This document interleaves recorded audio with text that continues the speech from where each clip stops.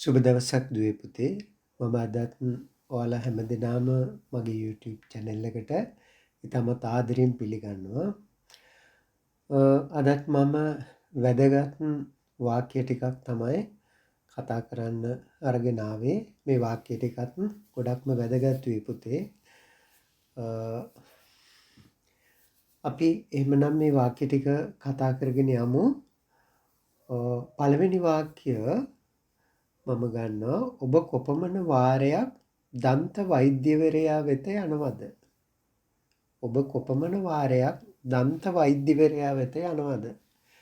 දන්ත වෛද්‍යවරයාට මොකක්ද කියන්නේ? ඩෙන්ටිස්ට්. දන්ත වෛද්‍යවරයාට කියන්නේ ඩෙන්ටිස්ට්. එතකොට කොපමණ වාරයක්? how often කියන්නේ කොපමණ වාරයක්? how often do you go? ඔයා යනවද? How often do you go to the dentist? To the dentist කියන්නේ දන්ත වෛද්‍යවරයා වෙත. එතකොට දන්ත වෛද්‍යවරයා වෙත ඔබ කොපමණ වාරයක් ඉක්මනට යනවද? එහෙම නැත්නම් ගොඩාක් කලාතුරකින්ද කියන එකයි අහන්නේ. How often? එතකොට how often do you go to the dentist?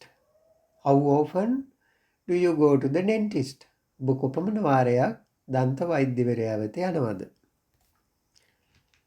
හොඳයි. අපි ඊගාව වාක්‍ය බලමු. මාලන් හැම නිතරම කෝපි බොන්නේ නැත. මාලන් හැම නිතරම කෝපි බොන්නේ නැත. නෙගටිව් වාක්‍යයක් නේද? එතකොට Malan does not drink. Malan drink කියන්නේ Malan බොනවා. Malan does not drink කියන්නේ මාලන් බොන්නේ නැහැ. does not කියන එක අපි කෙටියෙන් කියන doesn't. Malan doesn't drink. Malan doesn't drink. මොනවද? coffee. very often කියන්නේ නිතරම. often කියන්නේ නිතරම. very often කියන්නේ ගොඩාක් නිතරම. often කියන එකේ අර්ථය තවත් වැඩි කරනවා very often කිව්වම. එතකොට Malan doesn't drink coffee very often. Malan doesn't drink coffee very often. Malan හැම නිතරම කෝපි බොන්නේ නැත. ඊගාව එක බලමු. මගේ අම්මා නිතරම පොළට යනවා. මගේ අම්මා නිතරම පොළට යනවා. my mother මගේ අම්මා goes යනවා. go කියන එකේ අගට es වෙනවා. ඉසක්ක් එනවා. එතකොට my mother goes to the fair. පොළට very often නිතරම. often කියන්නේ නිතරම. very often නිතරම. ගොඩාක් නිතරම. ඉක්මනට. එතකොට my mother goes to the fair very often. my mother goes to the fair very often. මගේ අම්මා නිතරම පොළට යනවා.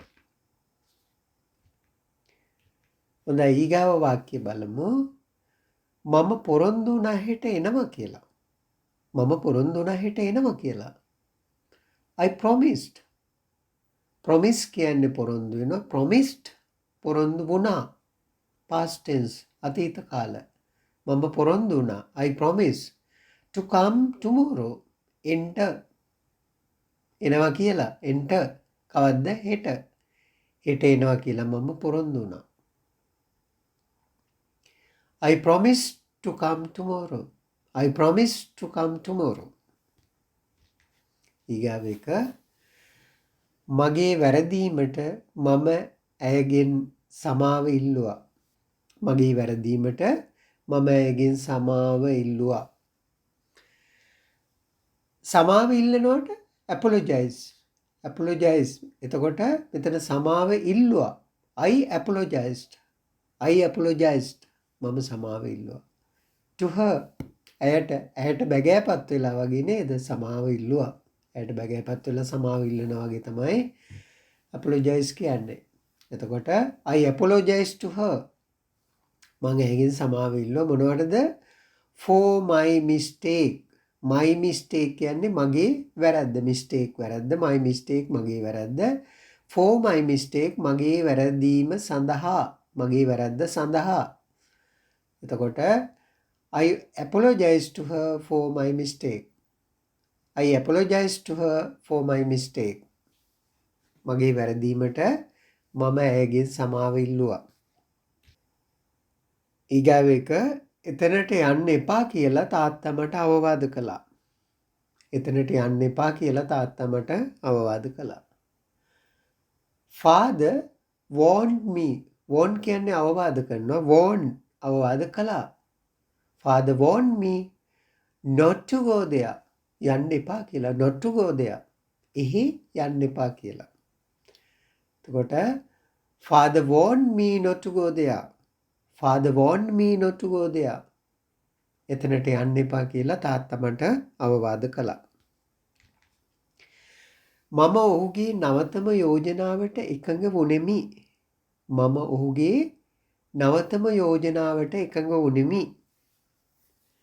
I agreed. එකඟ වුණා. එකඟ වෙනවා agree. එකඟ වුණා agreed. I agreed to his latest proposal. latest කියන්නේ නවතම. එතකොට මෙයා යෝජනා කීපයක් කරලා තියෙනවා. පස්සෙම කරපු යෝජනාව තමයි නවතම කියන්නේ. එතකොට latest proposal කියන්නේ අවසානට මෙයා කරපු යෝජනාව. කලින් යෝජනාවල් කීපයක් කරලා තියෙනවා. අවසානට මෙයා කරපු යෝජනාවට තමයි මම එකඟ වුණේ. නවතම යෝජනාව කියන්නේ අවසානම යෝජනාවට. එතකොට I agreed to his latest proposal. I agreed to his latest proposal. එහෙමයි කියන්නේ. ඊගාව එක ඇය කෝපයට පත්වී මගේ යෝජනාව ප්‍රතික්ෂේප කළාය. ඇය කෝපයට පත්වී මගේ යෝජනාව ප්‍රතික්ෂේප කළාය. She got angry. ඇය කෝපයට පත් වුණා. She got angry and refused. අපි මේ and එක දාලා ක්‍රියාපද දෙකක් join කරලා වාක්‍ය හැදුවනේ. go and eat, come and sit here. ඒ වගේ she got angry and refused. ඇය කෝපයට පත්වී ප්‍රතික්ෂේප කළා. refused කියන්නේ ප්‍රතික්ෂේප කළා. එතකොට she got angry and refused. refused කියන්නේ ප්‍රතික්ෂේප කරනවා. මෙතන refused ප්‍රතික්ෂේප කළා. past tense. හොඳට ඉගෙන ගන්න දුවේ පුතේ මේවා හරිම වැදගත්. She got angry and refused. ඇය කෝප වී ප්‍රතික්ෂේප කළා. මොකද්ද? my proposal මගේ යෝජනාව. proposal කියන්නේ යෝජනාව. my proposal කියන්නේ මගේ යෝජනාව. She got angry and refused my proposal. She got angry and refused my proposal. ඇය කෝපයට පත් වී මගේ යෝජනාව ප්‍රතික්ෂේප කළාය. ඊගාවට නරකරිය පැදවීම බොහෝ අනතුරු සිදු කරයි. නරකරිය පැදවීම බොහෝ අනතුරු සිදු කරයි. නරකරිය පැදවීම bad driving. නරකරිය පැදවීම කියන්නේ bad driving. causes. cause කියන්නේ හේතු වෙනවා. හේතු වෙනවා.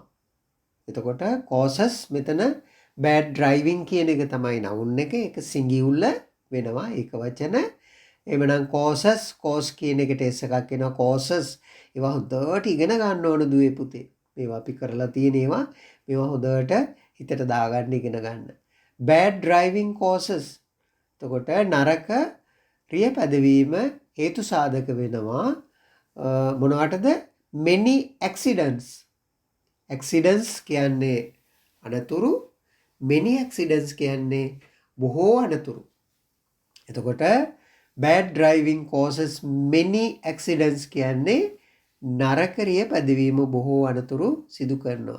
නරක රිය පැදවීම හේතු වෙනවා බොහෝ අනතුරු සිදු කිරීමට කියන එක. bad driving causes many accidents. bad driving causes many accidents. බලන්න මේ ලස්සන වාක්‍ය ටිකක් ගෙනාවේ පුතේ. මේවා හදන විදිහ හොඳට තේරුම් ගන්න, ඉගෙන ගන්න. මේ වගේ තවත් ගොඩාක් වාක්‍ය හදලා පුරුදු වෙන්න. ඊගාවට කතා කරන්න ඕන දුවේ පුතේ හොඳට. හොඳට හුරු වෙනකම් කතා කරන්න. කීප සැරයක් කියවන්න, කතා කරන්න, හොඳට ඉගෙන ගන්න. ඊගාව බලමු. ඊගාව වාක්‍ය මගේ දෙමාපියන් ජීවත් වෙන්නේ ඉතා කුඩා නිවසකය. මගේ දෙමාපියන් ජීවත් වෙන්නේ ඉතා කුඩා නිවසකය. කොහොමද ඒක කියන්නේ? මගේ දෙමාපියන් my parents. එතකොට my parents කිව්වම plural. එමනම් live ජීවත් වෙන්නේ. live in a very small house. very small house. small house පුංචි ගෙදර. very small ඉතා කුඩා නිවසක්. හරිම පුංචි ගෙදරක. එතකොට my parents live in a very small house. My parents live in a very small house. මගේ දෙමාපියන් ජීවත් වෙන්නේ ඉතා කුඩා නිවසකය. හොඳයි, මේ වාක්‍ය ටික තමයි දුවේ පුතේ අද ගෙනාවේ. එකින් එකට වෙනස් වාක්‍ය ටිකක් තමයි මම අද කතා කරන්න ගෙනාවේ. මොකද මේවා ගොඩාක් වැදගත්. මේ වගේ අලුත් ක්‍රියාපද වචන දාලා මේ වගේ හැදෙන වාක්‍ය හොඳට ඉගෙන ගන්න දුවේ පුතේ. මේ වගේ අලුත් වචන තියෙන ඒවා ස්පෙලින්ස් පාඩම් කරගන්න, ඒවා ඉගෙන ගන්න, මතක තියාගන්න. මේ වගේ සමාන වාක්‍ය, සිමිල වාක්‍ය ගොඩක් හදන්න, කතා කරන්න, නිතරම කතා කරන්න, ගොඩාක් කතා කරන්න හුරු වෙනකම් හොඳට ඉගෙන ගන්න දුවේ පුතේ. ඊගාවට මගේ YouTube channel එකට අලුතෙන් ඇවිල්ලා ඉන්න දුවල පුතාලා subscribe කරන්න, bell icon එකත් click කරන්න, ඔයගොල්ලන්ගේ යාළුවන්ටත් ගොඩාක් share කරන්න. එතකොට ඒගොල්ලොත් ඉගෙන ගනී දුවේ පුතේ. හොඳයි, මේ ටිකත් ඉගෙන ගන්න. නැවතත් මම හොඳ වීඩියෝ එකකින් ඉක්මනටම එනවා. හරි, එහෙමනම් goodbye කියන සීලමු දෙනාට තෙරුවන් සරණයි දුවේ පුතේ.